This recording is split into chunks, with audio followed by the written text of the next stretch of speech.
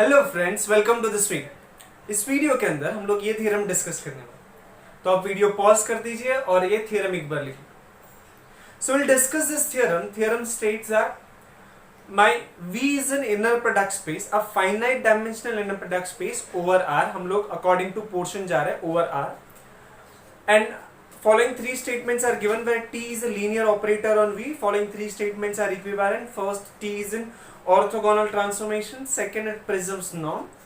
Third, it takes an orthonormal basis to the orthonormal basis. हमें बताना है कि ये तीनों स्टेटमेंट एक दूसरे को इक्विवेलेंट है. For this we will go in the pattern. We will prove one if and only if two, one if and only if three. For the first part, let us assume first and try to prove second. First, say we have inner product of x comma y is equal to inner product of tx comma ty, and this is true for all x comma y inside V. V is nothing but finite dimensional inner product space over R. Remember, finite dimensional and inner product space over R. So I want to show that it preserves norm. That is to show that norm of tx is equal to norm of x for all x inside V. Since we have this statement from the one, what we'll consider on the place of y, we will consider x for any x inside V. My inner product of x with itself is same as inner product of tx with itself. Correct? That is, norm of x square is equal to norm of tx square. Since we know the norms that we use are greater than 0 and greater than or equal to 0 if x is 0. So since they are always greater than or equal to 0, after taking a square root, we can get this. Since the norm are greater than 0, we are not worried of the sign. Otherwise, after taking the square root, the sign might be different. But in this case, since the norms are greater than or equal to 0, we get this. So hence second is proved. Let's go for 2 implies 1. So 2 implies 1 means what? We know that it preserves norm. I want to prove it's preserve inner product also. That means we have norm of tx is equal to norm of x for all x inside V, and I need to show inner product of tx comma ty is equal to inner product of x comma y, and this should be true for all x comma y inside V. So what we consider is for any x comma y inside V, I want to talk about this inner product of xy, and I know the relation between inner product and norm. We know that inner product of x with x is nothing but norm x square. So we want to connect these two things together. So what I consider is norm of tx plus y. Okay? Since x and y is an element of V, my x plus y is also an element of V, and we know it preserves norm by the hypothesis. So this is same as norm of x plus y. T is a linear operator, that means it is a linear transformation, hence we can write tx plus ty is equal to norm of x plus y. So these two are same, hence the square also must be same. Taking square you can write in the next step. But why I square both of them? Because after this I know this thing is same as inner product of tx plus ty with itself. Also my right hand side is same as inner product of x plus y with itself. So now nothing much to prove, just simplification of left hand side and right hand side. I'll rub the first part.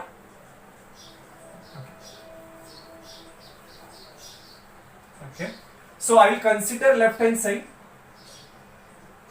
Consider inner product of tx plus ty with itself. Give this as a name 1. Okay. So this thing is same as, I hope student knows how we used to do separation of a variable inside this inner product. That means how we distribute inner product over addition or scalar product. If you don't know, please write in the comment box. I will try to discuss in the next video. But for now, what I will do, we'll just distribute addition in such a pattern. First with first, so it is tx inner product with tx. Second, first with the last, tx with ty plus ty with tx. inner product plus inner product ty with ty. Okay. So this is nothing but norm of tx square. This is as it is. But over here, if you see, these two are actually conjugate of each other. We know inner product xy is same as inner product yx conjugate. But since we are working on a real inner product space, that means after doing an inner product, answer is some real number, right? And conjugate of real number itself. Hence, inner product of xy is same as inner product ys, since we are working in a real inner product space. So this is why the real inner product space in the statement is really important for this proof. You can even prove the same thing by using complex inner product space. That will be an exercise for you guys. Let's see that you guys can do it or not. Okay, so this is same as inner product tx ty, and this is same as inner product of ty norm square, right? So for this you can write the reason, since we are working on a real inner product space. Now we know it preserves norm, hence this is same as norm of x square. This is nothing but 2 times inner product of tx with ty plus norm of y square. Okay, so this is my equation 2. I will rub this part also and I will consider the right hand side. I will just write that answer. You will have to do the similar pattern. Similar simplification will consider inner product of x plus y with x plus y, and after simplification you will find it is norm x square plus 2 times inner product xy plus norm of y square. This is your 3. From 1, 2 and 3 you will observe 2 times inner product of tx comma ty is same as 2 times inner product of x comma y. Since this is same as the second and this is same as this, after cutting norm of x square and norm of y square you get this. You can even cancel this. You get implies T is an orthogonal transformation. Okay, I can write in this pattern. It is an orthogonal transformation since it's preserving the inner product space. Initially we consider for any x comma y, hence the statement is true for all x comma y. I hope you will write in the detail, but now we will discuss 1 if and only if 3. Okay. So now we will be proving 1 implies 3. The one says it is an orthogonal transformation, that means it preserves the inner product. In 3 we have to prove if I have an orthonormal basis of n elements ei, I running from 1 to n, then I want to show that after applying t on each of the element, the new set which is formed is an orthonormal basis. Since I know there are n elements inside a basis, I will conclude first thing, my dimension of V is n. Correct, since it has n element inside basis, hence dimension of V is n. After that, I will prove it is an orthonormal basis. First, let us see of an orthonormal. A set is said to be orthonormal if the inner product of any two distinct element is 0 and inner product with itself is 1.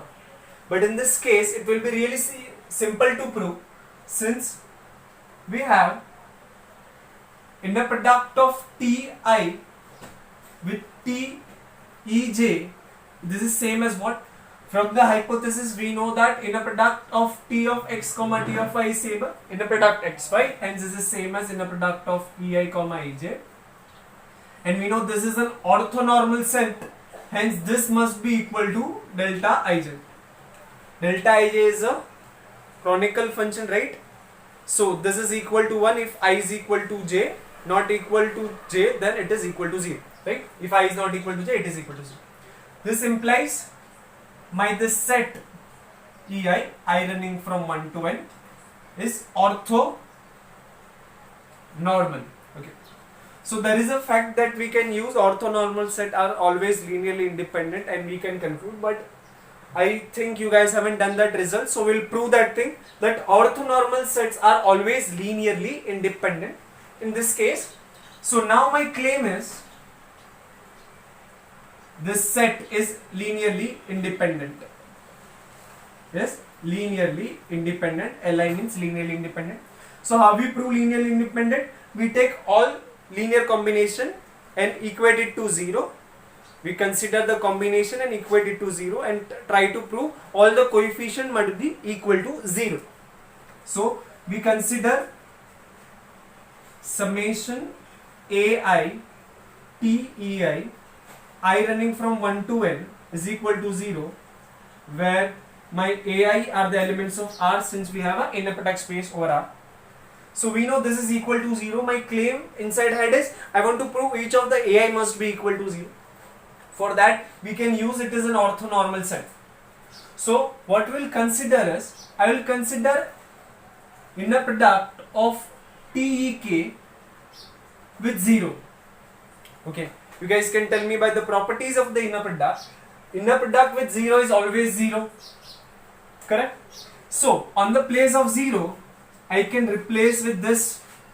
So inner product of TEK with summation ai TEI, where I running from 1 to n is must be equal to 0.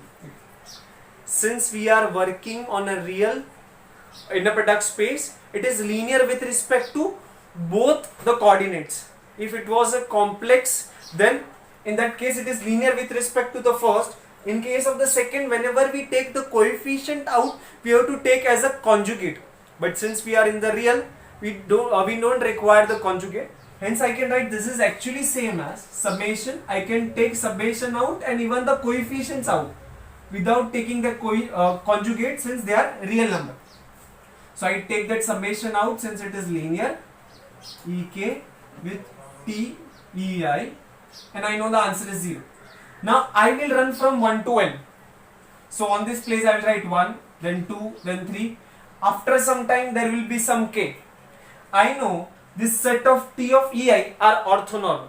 Means inner product with the distinct element is 0, inner product with itself is 1. Means this thing will be 0 for all I not equal to k, and for I equal to k it is going to be equal to 1. Therefore on the place of I equal to k, this is nothing but 1. So this implies me AK is equal to 0. Correct? So by this, since over here the k was arbitrary, since k was arbitrary, implies my AI is equal to 0 for all I running from 1 to till n. Implies my T of EI, where I running from 1 to n, is linearly independent. Okay. Now one more result. I hope you guys have done. I don't know much about how much you have done, but still this is a good result you must remember or you must prove.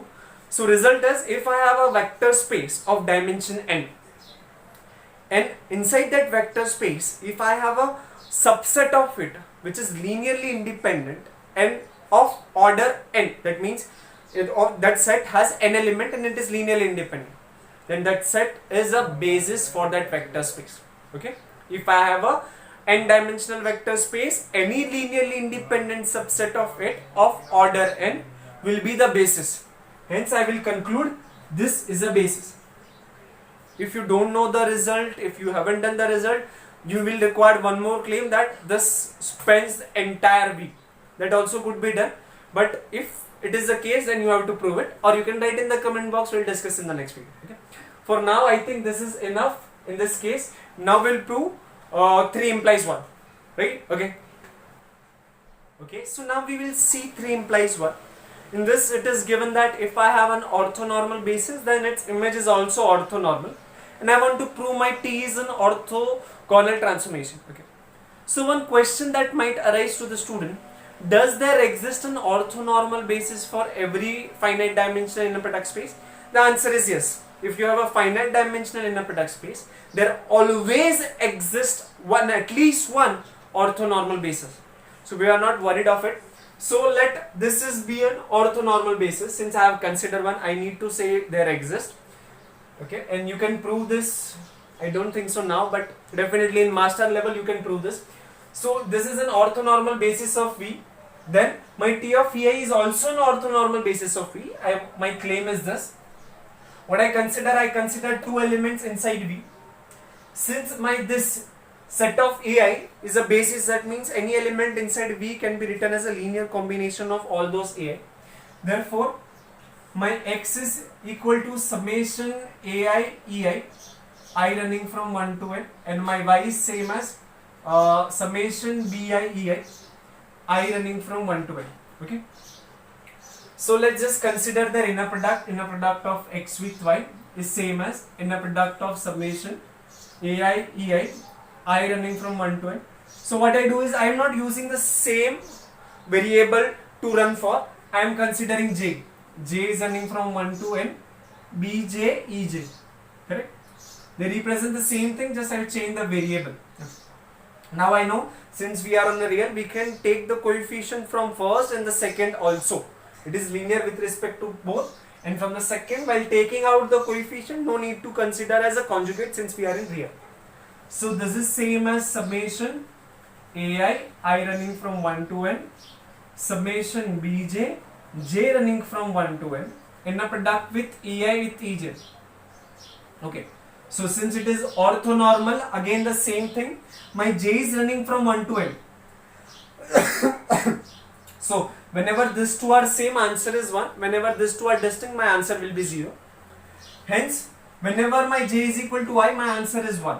So summation I running from 1 to n ai, this is bi times 1, because the rest of the time it is becoming 0. Whenever j is not equal to I, it is becoming, this part is becoming 0. Hence I can write like this. So my inner product of xy is same as summation ai bi, where I is running from 1 to n. I can remove this multiple one if I want. Okay. Now what we will consider? We will consider t of x and t of y. Okay. From this, my t of x is actually equal to, since it is linear, it is t of summation ai ei, that is same as summation of ai t of ei, I running from 1 to n, I running from 1 to n. Similarly, my t of y will be same as summation of bj, j running from 1 to n, t of ej, correct? So again you will consider the inner product of tx with ty, that will be same as inner product of summation ai tei, summation bj, t ej, j is running from 1 to n, I is running from 1 to n. Again we will consider this summation bj, j is running from 1 to n, I is running from 1 to n, inner product of t of ei, t of ej, correct? Okay, so now again the same thing, my j is running from 1 to n, so this variable is running from 1 to n. Whenever this j is equal to I, there will be 1, otherwise it is 0. Hence it is same as summation I running from 1 to n, ai bi, this is my 2, this is my 1. From 1 and 2 you get your required answer, correct? So you can see that you can finish off this proof in a particular pattern you want, but for now we have completed 1 if and only if 2, 1 if and only if 3. Hence the given 3 statements are equivalent to each other. So this video was to give a equivalent definition of what is called as an orthogonal transformation. So in the definition it says it is a inner product preserving map, right? So it preserves inner product. Also we saw that it is preserving norm, and also we saw that it is preserving an orthonormal basis also. Whenever we work inside algebra, the operation preserving maps are always important, right? Or the maps which preserve something are always important. In this case, we know that inner product is something which is related to length, also the angle between two vectors. Since over the Euclidean space, you guys know the inner product of xy is same as norm of x times norm of y into cos theta, where theta is an angle between x and y. If I say it is preserving inner product, then it is preserving the angle between them also. Also we considered just now that if it is preserving inner product, it preserves norm. Hence an orthogonal transformation is such a map which preserves angle between two vectors, also the length of the vectors. Okay, so if you have a question in your head, does there exist such a operation which preserve angle also and the length of the vectors also? If I consider two vectors and after applying the map, the two different map that I will get will be having the angle between them as the previous one, and the length is also the same as the previous one. right? So one of the example is a rotation rotation operation. What it does is it just rotates it. It does not change the length of it. Also, it does not change angle between two vectors. In the few lectures, we will see for some example, but for now, this much introduction is enough. But still, if you want something in detail, write in the comment box. Share this video with your friend. Please write in the comment box. I know I'm not getting such a flow from many times. I'm not making the videos for this channel. But within few videos, I will be back in the flow. But thank you so much for watching this video and supporting me. Okay? Bye-bye.